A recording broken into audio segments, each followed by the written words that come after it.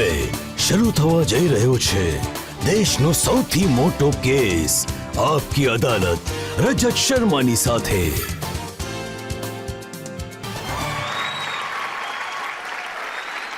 નમસ્કાર. Thank you very much. તો આવો શરૂ કરીએ આપકી અદાલતમાં આજનો મુકદ્દમો. આજે મારા મહેમાન છે એક એવા લીડર જેમણે ઘણા સંઘર્ષથી, ઘણી મહેનતથી દેશની રાજનીતિમાં પોતાની જગ્યા બનાવી, જેમણે પોતાની છાતી પર ગોળીઓ પણ ખાધી, લાઠીઓ પણ ખાધી, કારાવાસ પણ ભોગ્યો. એક એવા લીડર જે પોતાની કોન્સ્ટિટ્યુઅન્સીમાં ઘણા લોકપ્રિય છે અને હવે કોંગ્રેસ પાર્ટીના દેશના સૌથી મોટા નેતાઓમાંના એક છે. Please welcome leader of the opposition Adhir Ranjan Chowdhury.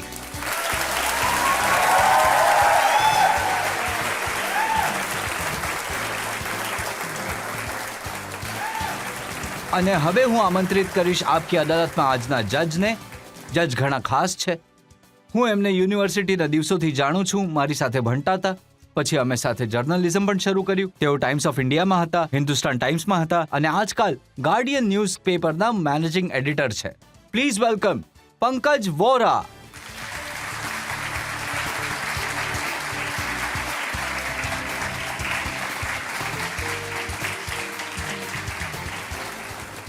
અને હવે એ પહેલા કે આપકી અદાલતમાં આજનો કેસ શરૂ કરીએ, આરોપો અને સવાલોનો સિલસિલો શરૂ કરીએ, આજના જજ પંકજ વોરાની પરવાનગી લઈશું આજનો કેસ શરૂ કરવા માટે. કાર્યવાહી શરૂ કરવામાં આવે. અને એ પહેલા કે પહેલો આરોપ લાગે તમારા પર, એક નજર નાખીએ અધીર રંજન ચૌધરીના પોલિટિકલ કરિયર પર. કોંગ્રેસના સિનિયર નેતા અધીર રંજન ચૌધરીને નવાબ ઓફ મુર્શિદાબાદના નામથી ઓળખવામાં આવે છે. અધીર રંજન ચૌધરી પશ્ચિમ બંગાળના મુર્શિદાબાદથી 5 વાર લોકસભાની ચૂંટણી જીતી ચૂક્યા છે. અધીર રંજન ચૌધરી લોકસભામાં લીડર ઓફ ઓપોઝિશન છે. જ્યારે લોકસભામાં ડોક્ટર મનમોહન સિંહની સરકાર હતી ત્યારે અધીર રંજન ચૌધરીને રેલવે મંત્રાલયમાં મિનિસ્ટર ઓફ સ્ટેટ બનાવવામાં આવ્યા હતા. લોકસભામાં આવતા પહેલા અધીર રંજન ચૌધરી પશ્ચિમ બંગાળ વિધાનસભાના મેમ્બર પણ રહ્યા છે. વિદ્યાર્થી જીવનમાં રાજનીતિ શરૂ કરનારા અધીર રંજન ચૌધરી ઘણા વર્ષો વામપંથી દળો સાથે રહ્યા છે. કોંગ્રેસ જોઈન કર્યા પછી અધીર રંજન ચૌધરી સામાન્ય કાર્યકર્તાથી પશ્ચિમ બંગાળમાં કોંગ્રેસના પ્રદેશ અધ્યક્ષ પદ સુધી પહોંચ્યા. અધીર રંજન ચૌધરી પોતાના બેબાક નિવેદનોને કારણે હંમેશા વિવાદોમાં ઘેરાયેલા રહે છે. આપકી અદાલતમાં અધીર રંજન ચૌધરી પોતાનો પક્ષ પોતે રાખશે. તો ચાલો હવે શરૂ કરીએ આજનો કેસ આપકી અદાલતમાં. પહેલો આરોપ અધીર રંજન ચૌધરી પર. આપકી અદાલતમાં કોંગ્રેસના સિનિયર લીડર અધીર રંજન ચૌધરી પર પહેલો આરોપ છે કે તેઓ હંમેશા બેચેન રહે છે. અધીર રંજનજી, આપના નામનો અર્થ હું જોઈ રહ્યો હતો. અધીર એટલે બેકરાર, અધીર એટલે અધીરવો, અધીર એટલે બેચેન. તો આ બેચેન તમે હમણાંથી જ થયા કે બાળપણથી જ આવા છો?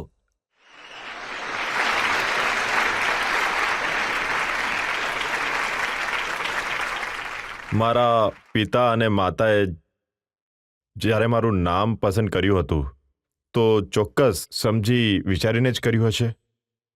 તો એટલા માટે હું તો વિચારું છું કે બરાબર જ વિચાર્યું હશે એમણે અને બરાબર નામ આપ્યું મને. હું તો ગર્વ અનુભવ કરું છું. બેચેન રહેવું તો જરૂરી છે. હું અસ્થિર છું, અધીર છું અને ઘણી બધી વસ્તુઓ માટે બેસબર થઈને રાહ પણ જોઈ રહ્યો છું. એ જ મારું. મુર્શિદાબાદમાં તમને રોબિન હુડ કહે છે. જુઓ, ક્યારેક કોઈ કહેતું તો હતું તો મને એ સારું લાગ્યું કે મને આવી રીતે કોઈ સંબોધિત કરતું હતું. હું એ બાબતે ખુશ પણ છું. એ સાચું છે કે તમારી શોલે સૌથી વધુ ગમતી ફિલ્મ છે અને ડઝનો વાર તમે એ જોઈ છે? મારા જેવડી ઉંમરના જે લોકો હોય છે ને હિન્દુસ્તાનમાં, મને લાગે છે બધાએ જ શોલે જેવી મૂવીને મારાથી વધારે વાર જોયું હશે. કદાચ મેં ડઝન તો નહીં પણ ઓછું જ જોયું હશે. કારણ કે આજે પણ શોલે જેવી મૂવી એટલી જ રસપ્રદ લાગે છે જેટલું રસપ્રદ એ શરૂઆતમાં હતું. તો મને અહીંયા પણ સારું আমারও ভালো લાગે છે આજે আজও પણ જો যদি તક সুযোগ મળે পাই તો তাহলে જોઈ લઉં অবশ্যই છું. দেখি એ પૂછ્યું કેમ કે મેં સાંભળ્યું કે તમારી જે કોન્સ્ટિટ્યુઅન્સી છે, તમારો જે વિસ્તાર છે, ત્યાં લોકો એમ જ કહે છે કે બેટા સુઈ જા, નહીં તો અધીર રંજન ચૌધરી આવી જશે. જો હા, તો ક્યારેક ક્યારેક એક એક્ઝરેશન બી હોય છે, એ ઠીક નથી. બની શકે છે તમને ક્યાંયથી જાણકારી મળી ગઈ હોય, પણ આવી રીતનું મારા વિશે ના વિચારાય તો સારું રહેશે. હું લોકોનો પ્રેમ, આશીર્વાદ અને પ્રાર્થના લઈને ચાલું છું, અને લોકોનો પ્રેમ અને દયા ના હોત તો આપકી અદાલતમાં આવવાનું મને આમંત્રણ ન મળ્યું હોત. તો એ સાચું છે કે તમે પહેલા નક્સલવાદી બની ગયા હતા, બળવાખોર થઈ ગયા હતા, હા. શરૂઆતથી જ રિબેલ રહ્યા છો તમે? બિલકુલ. તમે કદાચ જાણતા હશો કે બંગાળમાં સૌથી પહેલા હિન્દુસ્તાનમાં નક્સલાઈ સિયાસતની એટલે કે નક્સલાઈ જે મૂવમેન્ટ શરૂ થઈ હતી તે સમયે હું તો એક વિદ્યાર્થી હતો. લાગ્યું કે આમાં જ દેશની ભલાઈ હશે, અચ્છાઈ હશે. ગરીબોને બધી સમસ્યાઓથી, તકલીફોથી મુક્તિ મેળવવાનું આ સૌથી સારું માધ્યમ બનશે, એક માર્ગ બનશે. ચલો આમાં કેમ ના સામેલ થવાય. તો પણ એ સમયે હું તો મેચ્યોર હતો જ નહીં. હું તો સ્કૂલમાં ભણતો હતો, અને એ પણ ગામ જેવી એક શહેરની સ્કૂલમાં, સરકારી સ્કૂલમાં. તો સ્વાભાવિક રીતે એટલા વિચારોમાં, સમજણમાં એટલી બધી પરિપક્વતા ન હતી મારી પાસે. ભાવુકતા હતી, જોશ હતો, અમુક વસ્તુઓ માટે રોષ પણ હતો. બધા મળીને જતા રહ્યા.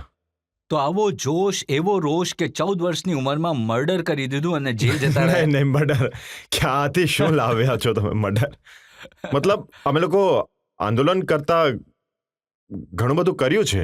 જેમ કે ક્યારેક માની લો તમારા ઘરેથી બંદૂક પણ લૂંટી છે. એવું નથી. ક્યારેક કર્યું તો કંઈ હશે. જેલમાં પણ બંદી થઈને રહ્યો તો 6-7 વર્ષ, એ પણ સાચું છે. મેં સાંભળ્યું કે જે દિવસે તમને અરેસ્ટ કર્યા એ દિવસે તમારા બેનના લગ્ન હતા.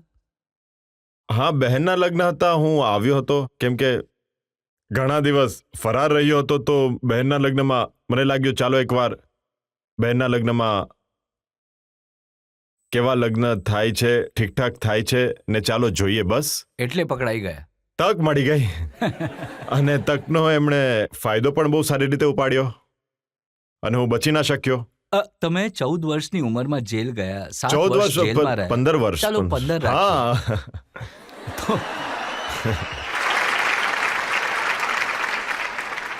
તો ભણવાનું તો કંઈ થયું નહીં. હોય? ભણવાને અલવિદા પહેલા જ કરી દીધું હતું. મતલબ હું તો ક્લાસ 9 સુધી ભણ્યો, ખરાબ નહીં લગાડતા. અને એ પણ સરકારી સ્કૂલમાં. વધારે ભણેલો નથી. વધારે કડક સવાલ પૂછશો તો હું એ જવાબ આપવા માટે બિલકુલ તૈયાર નથી. એટલું ભણતર મારી પાસે નથી. તો પણ જરૂર થોડું સમજવાની કોશિશ તો કરી છે. પણ એટલા બધા દિગ્ગજ કયા જેવા ધોરણ લોકો, સુધી? તમારા જેવા, આપણા જજ સાહેબ જેવા દિગ્ગજ તો હું નથી. ના, તમે દિગ્ગજ તો છો જ, કેમ કે મેં સાંભળ્યું છે કે છાતી પર તમારી ગોળીઓ. હા, એ તો છે. એ તો બિલકુલ છે. બિલકુલ છે. સંઘર્ષ કરવામાં તો હું ફૌજી જેવો છું જે સંઘર્ષ કરે છે સત્ય માટે, ન્યાય માટે. એમાં ગોળી ચાલી ગઈ, એમાં પણ મને કોઈ ફરક નથી પડતો. કંઈ વાંધો નહીં. તો ગોળીઓ ખાધી પણ અને ચલાવી પણ? નહીં, ચલાવી નથી, ખાધી. જરૂર પડી તો ચલાવી પણ. ડરાવવા માટે, ભડકાવવા માટે, બચાવવા માટે. પહેલા 7 વર્ષ જેલમાં રહ્યા. 1996માં ફરી તમારા પર ચાર્જ લાગ્યો કે તમે એક CPMના લીડરની હત્યા કરી દીધી. મર્ડર. આ બધું જુઓ, રાજકારણમાં જે થાય છે એ અલગ બાબત છે. રાજકારણમાં તો જેમ કે બંગાળની ખાસ જો વાત કરીએ, હિન્દુસ્તાનમાં બીજી જગ્યાઓ પણ પર આવું છે. આજકાલ રાજનીતિ કરવી મુશ્કેલ થઈ જાય છે કેમ કે રાજનીતિમાં વિપક્ષો અને સત્તા પક્ષના લોકો માટે મોટો એક અપરાધ માનવામાં આવે છે. એટલે ક્યારેક અમારા વિરુદ્ધ બેબુનિયાદ તથ્યોના આધારે ખોટા કેસ લગાડાય છે. શું કરીએ? હમણાં પણ મારી વિરુદ્ધ કેસ છે, એવું નથી. એ આખું સમય list પણ છે મારી થતું પાસે હતું. તમારી એ વિરુદ્ધ સમય જે થતું cases હતું. થયા છે. હા આખું લિસ્ટ છે મારી પાસે હા જે જુઓ કેસીસ ને થયા હતા. અદાલતમાં આવ્યા છીએ. હું તો અસલી અદાલતમાં પેશ થઈ ચૂક્યો છું, હવે આ અદાલતમાં પણ આવી ગયો. એમાં શું ફરક પડે છે?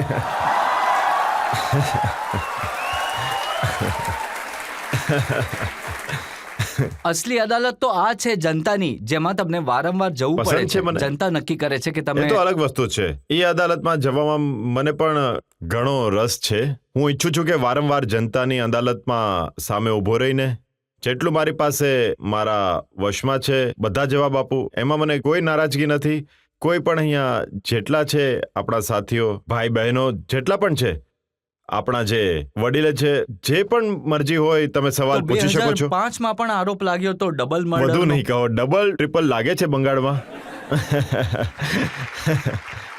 મર્ડરના કેસમાં વરસાદ છે એમાં કોઈ વાંધો નથી.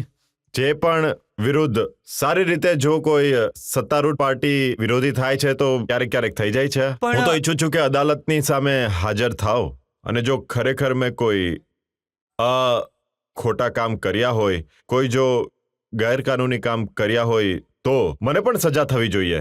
તો પછી શોલે તમને એટલે જ ગમતી હશે કે પેલા જય વીરુની જેમ જેલમાં આવવા જવાનું થતું રહે. જેલમાં ઘણી વાર ગયો છું, કેમ કે હું તો તમે જેમ નથી સમજતા, હું જેલને સમજુ છું કે એક યુનિવર્સિટી છે.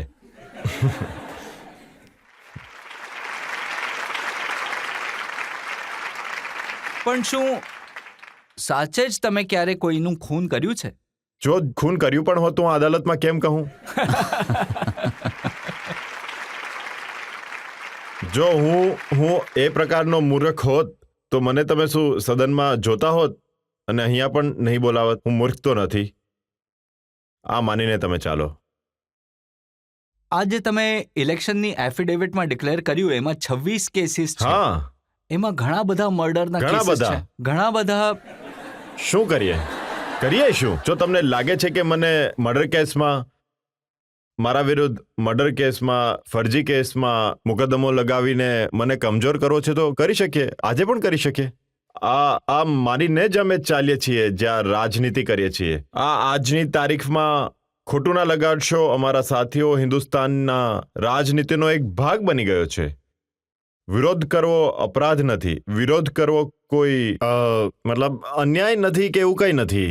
વિરોધ કરવો ઉચિત છે. વિરોધ કરવો, એના કરવાથી જ લોકતંત્ર મજબૂત થશે, પ્રગતિ થશે અને સાથે સાથે વિરોધનો પણ જે પણ રહે સત્તામાં તેમણે આદર કરવો જોઈએ, માન આપવું જોઈએ.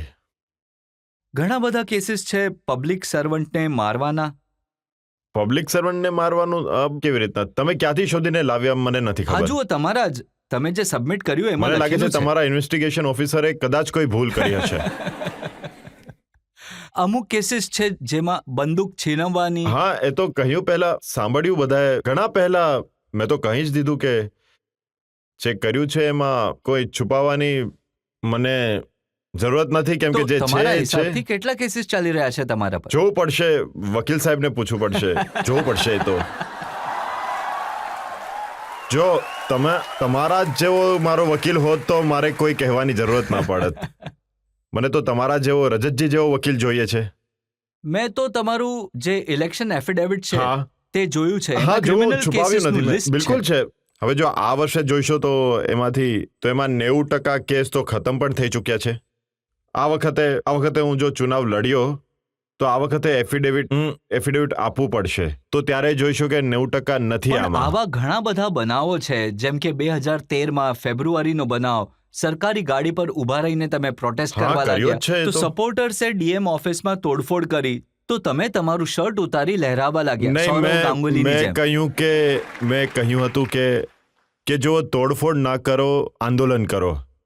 અને એ સમયના તમે બયાન જોઈશો તો મેં કહ્યું હતું કે શાંત થઈ જાઓ તમે લોકો. I was trying hard to specify the agitated mobs. મેં એ જ કહ્યું હતું કે બધાને શાંત કરવા માટે મારે ગાડી ઉપર ચડીને લોકોને કહેવું પડ્યું કે તમે લોકો શાંત થઈ જાઓ. તો સામાન્ય લોકોના મુદ્દા પર આપણે લડવું જોઈએ.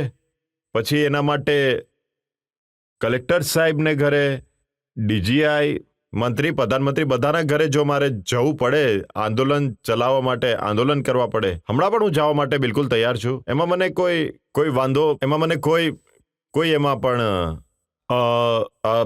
ચિંતા કરવાની જરૂર નથી. એમાં હું હમણાં પણ એ જ માનીને ચાલુ છું. જો જરૂરત પડે તો હમણાં પણ હજી પણ એ જ કરીશ જે હું પહેલા કરતો હતો. એ સારી વાત છે કે તમે એડમિટ કર્યું કે એ તો તમે કરતા રહેશો, હે ને? બિલકુલ કરતો અને રહીશ. હંમેશા બેચેન જ બનેલા રહેશો, હા બિલકુલ ઉતાવળા પણ રહીશ. બની રહેશો. હા બિલકુલ રહીશ. એટલા માટે બેચેન થઈશ ત્યારે જોઈશું જ્યારે મને અહેસાસ થશે કે ક્યારેક ને ક્યાંક કોઈ અન્યાય થાય છે. ભલે વિરોધ માટે મારે કેમ જેલના સળિયાની પાછળ જવું પડે, કેમ નહીં માર ખાવો પડે, કેમ ને ફરીવાર ગોળી ખાવી પડે, મને એમાં બિલકુલ ફરક નહીં આવે, જરા પણ ફરક નહીં આવે.